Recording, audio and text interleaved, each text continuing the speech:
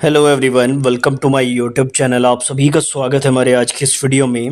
और फ्रेंड्स, लगभग आप सभी लोगों को पता चल गया होगा कि कल जो है यहाँ पे पटना की टीचर्स की और रेलवे ऑफिशियल्स की मीटिंग थी। और जिस मीटिंग में जनरल मैनेजर, चेयरमैन और रिक्रूटमेंट बॉडीज़ के कुछ ऑफिशियल्स भी शामिल थे। तो यहाँ पे ये मीटिंग आने के बाद काफ़ी सारी चीज़ें क्लियर हुई हैं। आप लोग कह सकते हैं कि ऑलमोस्ट जो सारे डाउट हैं वो स्टूडेंट के क्लियर हो चुके हैं। ये वीडियो आप लोगों ने देख लिया होगा। लेकिन यहाँ पे सवाल ये उठता है कि कहीं ना कहीं जो रेलवे है उसने अपना दिया गया जो डाटा है उसी को गलत साबित किया है। थोड़ा सा कड़वा जरूर है लेकिन ये सच है। इस वीडियो में आपको डिटेल में बताऊंगा और क्या क्या डिमांड्स वहाँ पर फुलफिल हुई हैं, किन बातों पर रेलवे सहमत नहीं हुआ है। ये वीडियो में आपको सारी चीज़ें शॉर्ट में बताने वाला हूँ, तो वीडियो को अंत तक जरूर देखें। चैनल पर नए हो तो चैनल को सब्सक्राइब करके बेल आइकन को जरूर प्रेस करें। दोस्तों, आज हम बात करने वाले हैं रेलवे एएलपी एग्जाम की तैयारी करने के लिए सबसे बेस्ट बुक की, जो कि चक्षु प्रकाशन की तरफ से स्टडी गाइड के नाम से आती है। अगर आप लोग एएलपी के स्टेज 1 यानी कि सीबीटी 1 की तैयारी कर रहे हैं तो इस बुक से आपकी तैयारी बहुत अच्छी हो सकती है। यहाँ पर आपको 2500 से ज्यादा एमसीक्यू क्वेश्चन और साथ में 2 सॉल्व पेपर मिल जाते हैं। Mathematics, general science, general intelligent reasoning और जनरल अवेयरनेस के साथ करंट अफेयर के भी क्वेश्चन आपको यहाँ पर क्वांटिटी विद क्वालिटी देखने को मिल जाते हैं। इस एक सिंगल बुक से आप सीबीटी 1 की बहुत बेहतर तैयारी कर सकते हैं। साथ ही आपको बता दूं, इस स्टडी गाइड के साथ साथ आप चक्षु प्रकाशन की प्रैक्टिस सेट बुक भी ले सकते हैं, जहां पर आपको 2500 से ज्यादा एमसीक्यू क्वेश्चन, 35 प्रैक्टिस सेट और 2 सॉल्व पेपर देखने को मिल जाते हैं। यहां पर सारे टॉपिक्स कवर किए गए हैं, मैथमेटिक्स, जनरल साइंस, रीजनिंग और general awareness with current affair. तो इन दोनों बुक की मदद से आप एएलपी सीबीटी 1 की बहुत बेहतर तैयारी कर सकते हैं। इनको परचेज करने का डायरेक्ट लिंक मैं डिस्क्रिप्शन में दे दूंगा, बाकी आप अपने नजदीकी बुक स्टोर से भी इनको ले सकते हैं।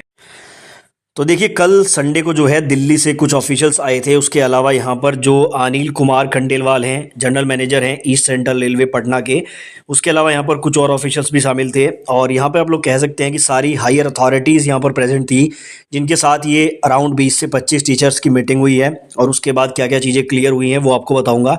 लेकिन उससे पहले आप लोग देख सकते हैं कि चारों तरफ ये चीज़ें सर्कुलेट हो चुकी हैं कल की मीटिंग के बारे में।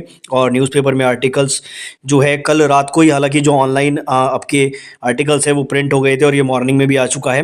अब सवाल यहाँ पर ये उठता है कि वहाँ पे क्या क्या बातें हुई हैं, किन किन चीज़ों पर रेलवे सहमत हुआ है, वो मैं आपको यहाँ पे शॉर्ट में और डिटेल में बता दूंगा। तो सबसे पहली बात यहाँ पर, वो सबसे बड़ा जो मुद्दा था वो एएलपी की वैकेंसी को लेकर था कि एएलपी की वैकेंसी को बढ़ाया जाए। तो उस पर जो रेलवे ऑफिशियल्स हैं उनका कहना ये था कि हमारे पास 3190 पदों पर ही वैकेंसी थी, लेकिन हमने एंटिसिपेट करके यानी कि फ्यूचर की कुछ वैकेंसी को उसमें जोड़ के और 5696 पदों पर ही वैकेंसी निकाली है।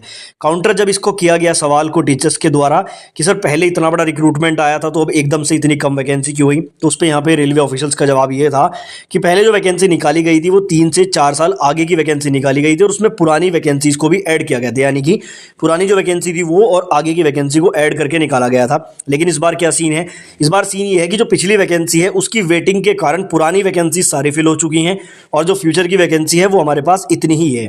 और दूसरा यहाँ पर उन्होंने तर्क ये दिया कि अब हर साल वैकेंसी निकाली जाएगी, इसलिए जो वैकेंसी है ये इसको कंप्लीट करा के फिर वैकेंसी निकाली जाएगी। यानी कि इस प्रकार से अगर देखा जाए तो एक्चुअल जो वैकेंसी का टेबल है वो यही है कि 3000 के राउंड वैकेंसी है, जिसको एंटिसिपेट करके 5000 के राउंड निकाला गया है।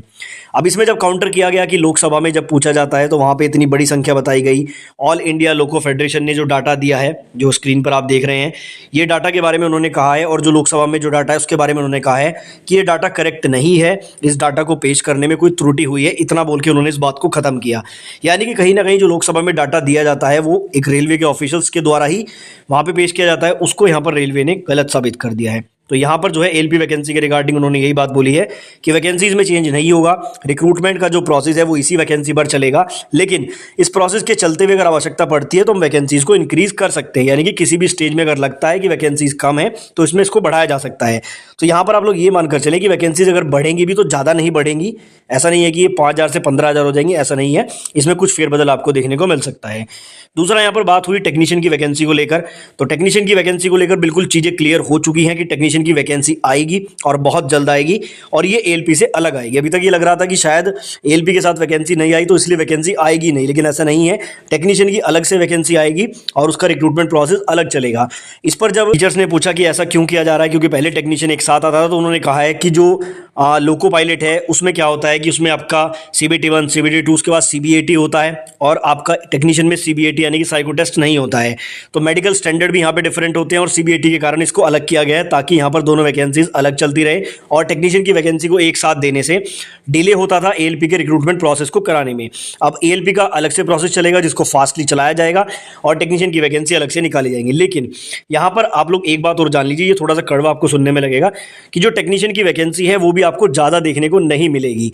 क्यों नहीं मिलेगी? क्योंकि देखो एएलपी का जो वेटिंग है वो तो 100% क्लियर हो चुका है, उसके बावजूद एएलपी की इतनी कम वैकेंसी आई है। लेकिन टेक्नीशियन का वेटिंग अभी भी क्लियर हो रहा है, 2025 तक इनको क्लियर करना है।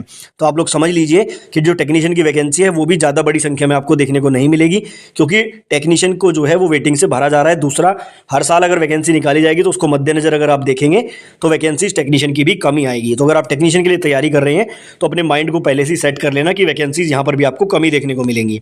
उसके बाद यहाँ पर बात करें एज रिलैक्सेशन, तो एज रिलैक्सेशन के मुद्दे पर ऑफिशियल्स का कहना था कि अगर एसएससी ने एज का रिलैक्सेशन दिया है कोविड के कारण तो हम उसको रिव्यू करेंगे और हम भी एज का रिलैक्सेशन दे देंगे। तो यहाँ पर आप लोग कह सकते हैं कि सहमति बनी है। उसके बाद ग्रुप डी एनटीपीसी के रिक्रूटमेंट को लेकर ऑफिशियल्स ने बोला है कि ग्रुप डी और एनटीपीसी का रिक्रूटमेंट अभी चल रहा है या फिर कंप्लीट होने वाला है या कुछ जोन में कंप्लीट हो चुका है, तो इसके बाद हम ग्रुप डी एनटीपीसी की वैकेंसी भी निकालेंगे। लेकिन मैं आपको एक चीज क्लियर कर दूं, कुछ चैनल्स पर ऐसा बता रहे हैं कि ग्रुप डी एनटीपीसी की वैकेंसी जल्द आएगी, लेकिन ऐसा उन्होंने नहीं बोला है। ठीक है, वहां पर बोला गया है कि जरूरत पड़ने पर हम ग्रुप डी एनटीपीसी की वैकेंसी भी निकालेंगे और उस पर विचार किया जाएगा। यानी कि अभी कोई फिक्स नहीं है कि ग्रुप डी एनटीपीसी की वैकेंसी आपको अभी देखने को मिलेगी। उसके बाद एग्जाम कैलेंडर की जब बात हुई तो एग्जाम कैलेंडर को लेकर उन्होंने बोला है कि जब प्रत्येक वर्ष हम रिक्रूटमेंट निकालेंगे तो एग्जाम कैलेंडर के बारे में भी हम विचार करेंगे। देखो, कोई भी ऑफिशियल किसी मीटिंग में ये एकदम से नहीं बोलता है कि हाँ ये बातें आपकी मान ली गई, वो विचार करेंगे ऐसा बोलते हैं। तो यहाँ पर आप लोग कह सकते हैं कि एग्जाम कैलेंडर, एज रिलैक्सेशन और टेक्नीशियन की वैकेंसी, इन तीन बातों पर सहमति बनी है कि टेक्नीशियन की वैकेंसी अलग आएगी, ये लगभग कंफर्म है। एज का रिलैक्सेशन लगभग मिलेगा, ये भी कंफर्म है, मान के चलो।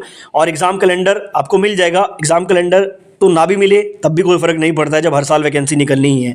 बाकी एएलपी की वैकेंसी को लेकर थोड़ा सा निराशाजनक अपडेट है कि वैकेंसीज अभी डायरेक्टली नहीं बढ़ रही हैं और ग्रुप डी एनटीपीसी की भी वैकेंसी अभी नहीं आ रही है। उन्होंने बोला कि आवश्यकता पड़ने पर हम इसका नोटिफिकेशन भी निकाल लेंगे। आरआरबी जेई को लेकर भी कुछ टीचर्स बता रहे हैं कि आरआरबी जेई को लेकर भी बोला गया है कि उसकी भी वैकेंसीज आपको देखने को मिलेंगी, लेकिन इसमें कोई ठोस जवाब ऐसा नहीं मिला है। तो आरआरबी जेई अभी आप 50-50 मान के चलो कि अभी आपको देखने को मिले। तो सारा कंक्लूजन ये निकलता है कि एएलपी की जितनी वैकेंसी है इसी पे रिक्रूटमेंट प्रोसेस चलेगा।